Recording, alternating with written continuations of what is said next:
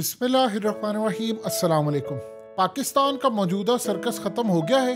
चलिए, अगर ख़त्म हो गया है तो आज भारत के commander in chief lieutenant general Upendra Dwivedi ने ओपनली बयान दिया है।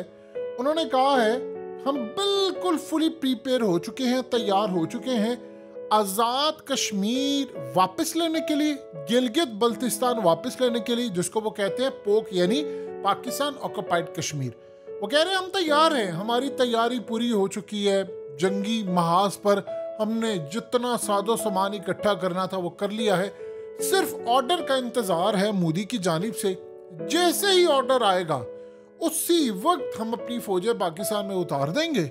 हम उसके बाद जंग के लिए तैयार हो जाएंगे। 2019 में जब आपने अभिनंदन को पकड़ा था, उस वक्त उनकी एयरफोर्स का जो मोराल था वो जमीन बोस हो गया था। आपकी फौज का, आपकी एयरफोर्स का आसमान पर था। अलग कहानी है कि उस दिन हुआ क्या था, वो भी कुछ अरसे बाद पता चल जाएगा कि मामला क्या था। यानी बहुत सारी चीजें अभी पर्दे में हैं। हमने भारत का जो हशर नशर किया था, उनकी एयरफोर्स का मोराल जमीन पर बिल्कुल गिर गया था। उन्होंने उस मोराल को बूस्टअप करने के लिए इतने हथियार, इतने जंगी, जितना साजो सामान था उन्होंने पिछले 3 सालों में इकट्ठा किया। और इन 3 सालों में इकट्ठा करके उनको ये बात का अंदाजा हो गया था कि पाकिस्तान की फौज और एयरफोर्स ने हमें छोड़ना नहीं है। हमने क्या किया? अमेरिका, माई बाप, हम करप्ट, अमेरिका के अंदर जायदादें, बच्चों की नेशनैलिटियां, माई बाप, तुसी सब कुछ हो। उसके बाद हम लेट गए उनके आगे। और औकात ये थी हमारी कि अल्लाह ने हमें इतना आला मौका दिया। आप रूस के साथ खड़े हो गए थे, चाइना के साथ खड़े हो गए थे। इंडिया की औकात नहीं थी हमारी तरफ देखने की। पिछले 7 महीनों में सत्यानाश करके रख दिया। आपके मुल्क का बेड़ा गर्क हो गया। आप सोच भी नहीं सकते थे। यानी जो हमने हर तरह का सत्यानाश करना था वो हमने कर दिया। अब वो आपके सर पर खड़े हैं। आप लोग शायद ये समझ रहे हैं कि इस दफा वो एक आधा कोई अभिनंदन जैसा वाकया होगा, वो आएंगे, हम उनका जहाज मारेंगे, हम उनके अंदर आकर घुसकर करेंगे और उसके बाद वो चुप करके बैठ जाएंगे। अल्हम्दुलिल्लाह हमारी एयरफोर्स दुनिया की बेहतरीन एयरफोर्स है। लेकिन उस एयरफोर्स को भी तो ये जो मुल्क के अंदर सर्कस चल रहा है, आपको क्या लगता है वो एयरफोर्स उससे मुतासिर नहीं है, या फौज नहीं है, अवाम नहीं है, या चाइना नहीं है, अरब ममालिक नहीं है, या मुसलमान पूरी दुनिया में वो देखने रहे तमाशा क्या हो रहा है? आपने काम ये किया, हमें पिछले 7 महीने में रूस से तेल सस्ता लेते, रूस आपको हथियार देता, आपकी पावर होती खत्ते के अंदर, आप मजीद मजबूत होते, चाइना आपको काफी कुछ दे चुका होता, इमरान खान वजीर आजम होता, मजीद ऊपर जाते। हम अमेरिका के आगे लेट गए। भारत इस वक्त चौड़ा हो गया। उनकी फिंगर टिप्स पर है कि आपके मुल्क में इस वक्त क्या हो रहा है, वो पॉलिसीज पर है। उन्होंने देखा है कि अवाम और उनके इदारों के दरमियान पहली मर्तबा खलीज बढ़ी है। और इसमें कोई ढकी छुपी बात ही सबको पता बढ़ी है, किस वजह से ये भी सबको पता है। अब वो तैयार है बैठने हुए, अब वो पूरी तरह तैयार हैं, वो आ रहे हैं और उन्होंने आना है। देखिए, एक बात आप जेहन में रखिएगा, वो पूरी तरह हमले के लिए तैयार है। मोदी का इलेक्शन सर पर खड़ा है। इस वक्त बीजेपी की जो पॉपुलैरिटी है वो काफी अरसे के बाद नीचे गिरी हुई है। इंडिया के अंदर अरविंद केजरीवाल की चूंकि इतनी ज्यादा पॉपुलैरिटी नहीं है, लेकिन फिर भी उसको देखा जा रहा है एक बड़े मुतबादिल के तौर पर। और मुस्तकबिल के अंदर वो ये सोच रहे हैं कि अब वो पंजाब जीत लिया, दिल्ली जीत लिया, हो सकता है कुछ स्टेट्स जीत ले, बाकी पार्टीज को मिलाए और कांग्रेस और वो ये सारे मिलकर कहीं ना कहीं एक गवर्नमेंट और सरकार बना ले। लेकिन उसके मुकाबले में मोदी के पास सीटें हैं कम इस दफा, और उसकी जो माशी हालत है वो उस लेवल की नहीं है। हमसे तो करोड़ गुना बेहतर है, लेकिन उस लेवल की नहीं है जो इंडियंस उम्मीद कर रहे हैं। बॉलीवुड के अंदर क्राइसिस, अफरा तफरी, नफरत मुसलमानों के खिलाफ, तो इस दफा एक बड़ा रिएक्शन आना है। वो तैयारी करके बैठे हैं। पिछली दफा उन्होंने हमला किया था, उनका प्लान था हम एक आधा कुछ करेंगे। इस दफा वो मिनी जंग नहीं, पूरी जंग के लिए तैयार बैठे हैं। और इस दफा अमेरिका ने उनका साथ इसलिए देना है, अफगानिस्तान खत्म हो गया तो चाइना को काउंटर करने के लिए आपकी स्ट्रेटजी क्या है? छोड़े सारी बातों, आपके मुल्क में क्या डिस्कस हो रहा है? कितने लोगों ने आज जवाब दिया था हुकूमती लेवल पर, इदारों लेवल पर? आज भारत को कितना जवाब दिया? वो कह रहे हैं हम आ रहे हैं। अब उन्हें कहा, कम से कम हमारी तरफ से जवाब जाना चाहिए था। हमारी औकात क्या है?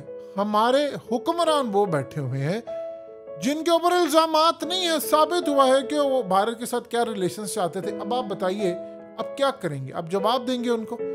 हम जवाब देने की भरपूर सलाहियत रखते हैं, लेकिन ये ख्वाबों की दुनिया से बाहर आ जाएं। आप बाहर आ जब ख्वाबों की दुनिया से कि आप इस सूरत हाल में उन्होंने प्लांट कर दिए तमाम लोग, वो पूरी तरह मॉनिटर करे सिचुएशन का, हालात का, फलाने का, ये वो का, और अब वो देख रहे हैं कि हमें किस टाइम चोट लगानी है। और इस दफा वो बता कर आ रहे हैं कि भाई हम आ रहे हैं राइट साइड से।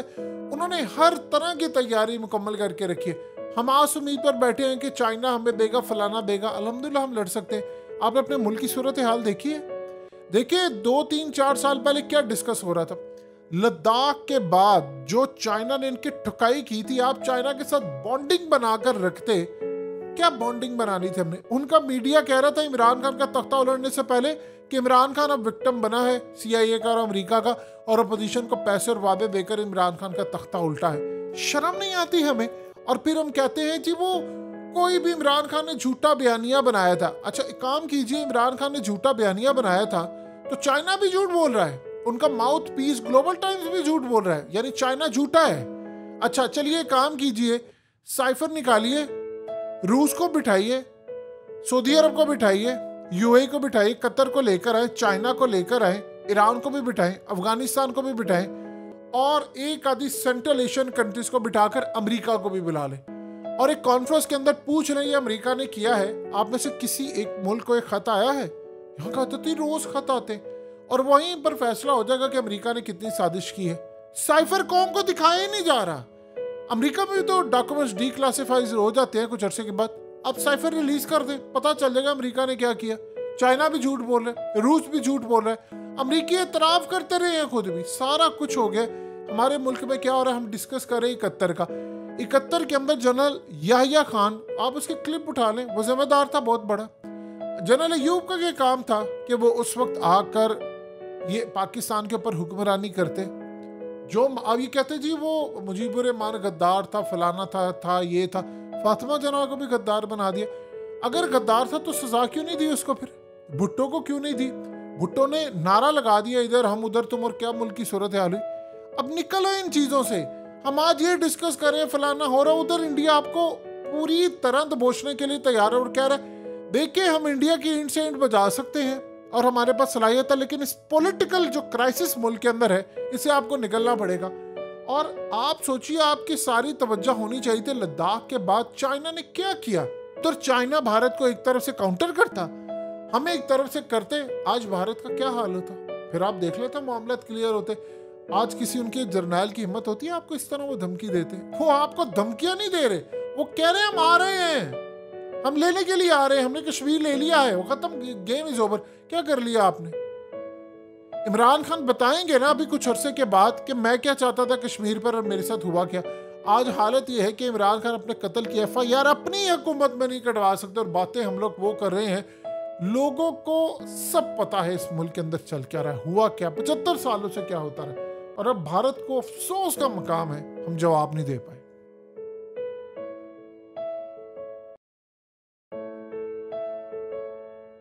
हकीकत टीवी को सब्सक्राइब करना मत भूलें, वीडियो को लाइक करें, शेयर करें और कमेंट सेक्शन में अपनी राय का इजहार ज़रूर करें।